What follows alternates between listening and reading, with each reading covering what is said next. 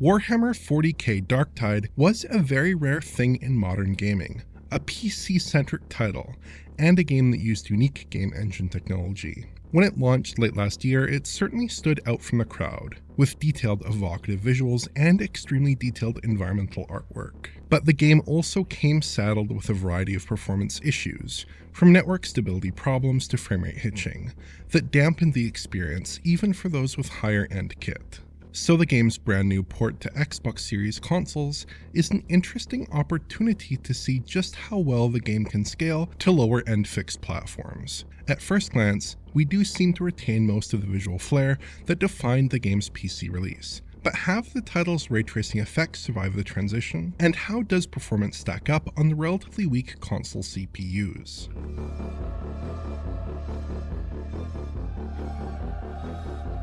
Darktide looks surprisingly excellent for a multiplayer-centric game. Most multiplayer titles sacrifice visual fidelity to achieve higher frame rates and effectively target a wider range of potential hardware configurations. But this game is very different. For starters, there's an extreme level of environmental detail in each gameplay space.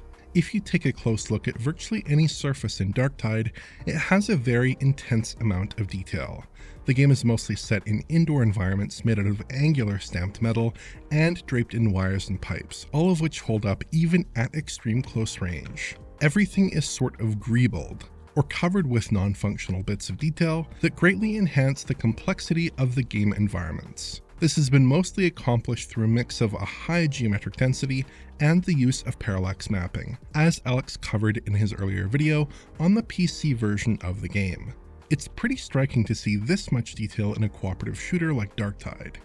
As you walk through foundries, lakeside slums, massive transport hubs, and towering metal shrines, there's just so much in the way of environmental adornment, more than you'd see in even high-end single-player titles.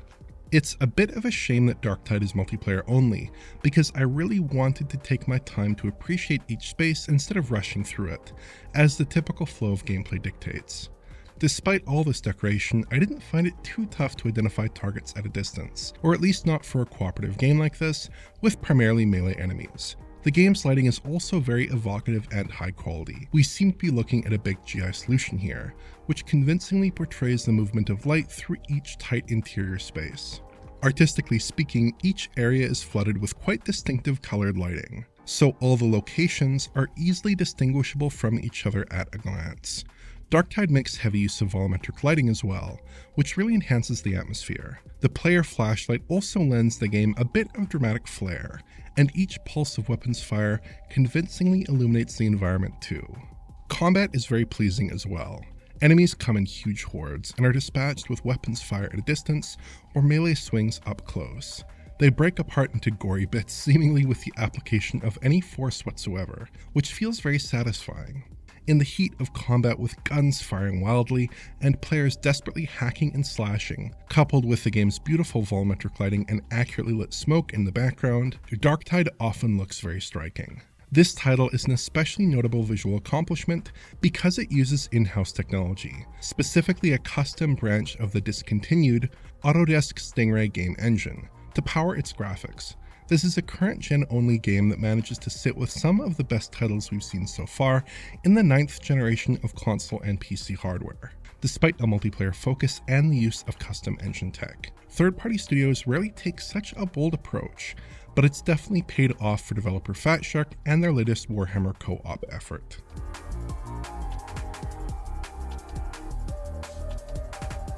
So far, I've been showcasing Darktide in its quality mode on Xbox Series X hardware to really show the high end of what consoles are capable of in this particular game, but the title packs a performance mode as well, alongside a Series S version. And of course, we do need to take a quick look at PC too.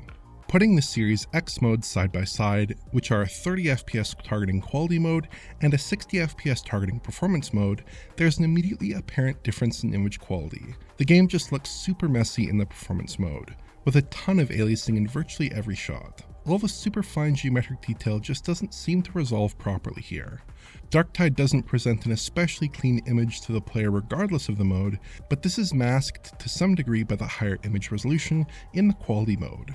Darktide uses a dynamic resolution setup on consoles, and averages at about 864p or so in the performance mode and about 1368p in the quality mode, though there is a good deal of variance. Outside of image quality, settings do seem to be identical between the two modes, but resolution isn't really the issue, I think. Darktide's anti-aliasing, which is a form of TAA, has some odd properties. In motion, edges are smoothed out and seem reasonably stable here in the Series X performance mode, but as soon as we stop the camera, those hard jagged edges return. Perhaps Fat Shark is simply trying to minimize aliasing in motion and doesn't like the look of their TAA when the image is stable. Or perhaps this is a bug. In either case, I found it quite off-putting because when the camera is still, there's very little anti-aliasing coverage whatsoever. Series S gets just one visual mode, which targets 30 FPS. Compared against the Series X performance mode, it looks quite similar. The game suffers from substantial aliasing, though again the image actually has more effectively anti-aliased edges in motion. The overall presentation is a little bit cruder than Series X here for sure, with harsher jagged edges and a rougher portrayal of fine details. That's because resolution has been cut down further, averaging around 720p. It's a pretty harsh cutback for Microsoft's junior console, and it makes the lack of a 60 FPS performance mode here quite understandable. The image would probably look too rough. So Darktide simply doesn't resolve a good enough image on either platform for whatever reason, with TAA that looks sort of broken when the camera isn't in constant motion. Otherwise, the game's visual settings look perfectly reasonable on consoles, but how do they measure up against PC? The Series X version of the game mostly stacks up okay against the PC version running at maximum settings at a similar 1440p resolution. Image quality is a big concern on consoles, and the PC version doesn't seem to exhibit the same issues at 1440p here with the built-in TAA, suggesting that there's something uniquely wrong with the anti-aliasing on Xbox systems. But that TAA does come with some trade-offs, as there's substantial instability in the image at rest that we don't see in the console code. The AA coverage is better overall, but it does come with a significant trade-off. Ultimately, judging from the PC code, I think going with AMD's FSR2 would have been a better option, as it delivers a higher quality image treatment than the default TAA, alongside a substantial performance advantage. In both the areas where the console TAA and the PC TAA fail, FSR2 is delivering much better results, which makes its exclusion a little odd here.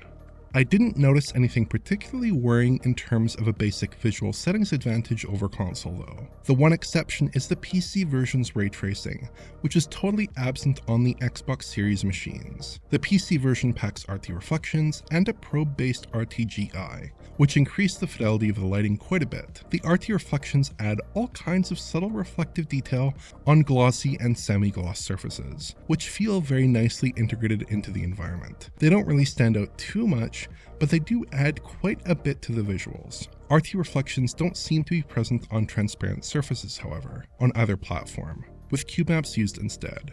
The RTGI gives Darktide's lighting more granular detail in hard-to-light spots, like around complex geometry and in the vicinity of intense light sources. And when we stack the console version up against the PC release, you can clearly see that the Series X corresponds closely to the PC game without any RT in this scene, with the RTGI-enabled presentation appearing very different. Performance in Darktide is unfortunately a bit of a mixed bag on consoles. Let's start with the game's 30 FPS outings. In the Series X quality mode, Darktide runs at a pretty consistent 30 FPS, even in intense firefights. But the title does suffer from occasional hitching, compromising the experience with a barrage of high latency frames.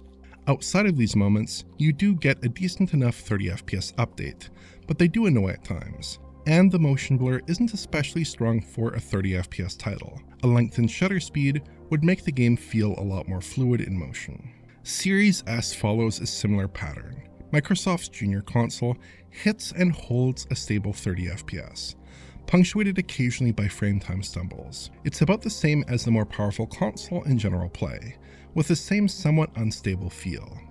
The Series X also packs a performance mode, of course. This option aims for 60 FPS, but often falls short. Extended framerate dips are common, and harsh stutters pop up from time to time as well. In general play, it's usually reasonably close to 60 FPS or at 60 FPS in our metrics, but the overall frame time fluidity isn't as good as it should be. Still, this would probably be my preferred way to play the game at the moment, as Darktide just feels a lot better with a faster cadence of frames, even if there are some inconsistencies. Beyond the framerate figures, Darktide has some issues with networking. Player cams in co-op update at a jerky, irregular pace. This is a common problem in multiplayer titles, but it feels especially halting here. And when walking around the environment slowly, my position within the game world sometimes failed to update for a frame, making the game appear to judder despite a solid framerate readout. I didn't notice this problem during the game's single-player prologue, so I suspect this is caused by synchronization issues during network play.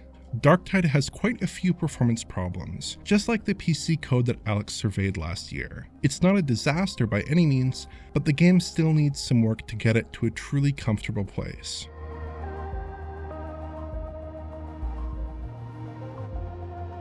Graphics put aside, Warhammer 40K Darktide is a pretty exciting co-op adventure. You embark upon individual missions from a central hub, matchmaking with 3 other players into one of 14 missions, set across 5 distinct locations. I did have a fun time with the game, although I do wish the developers added some rumble force feedback when firing guns or swinging bladed weapons, as combat feels a bit floaty without it. It's also very beautiful, of course, with a stunning level of detail and evocative lighting throughout. I'm not a big Warhammer fan myself, but judging from the miniature sets, I think Fat Shark has done a superb job translating the Warhammer 40k aesthetic to real-time 3D. It's exactly what you'd expect if you liberated the figurines from the isometric constraints of tabletop play and piled on extra detail while retaining the series' signature stylization. But the odd anti-aliasing configuration does leave something to be desired. The PC's ray tracing features are totally absent, and the game comes saddled with a few performance annoyances that make it feel a bit unstable. Darktide is ultimately a visually impressive title that is let down a bit by some unfortunate quirks.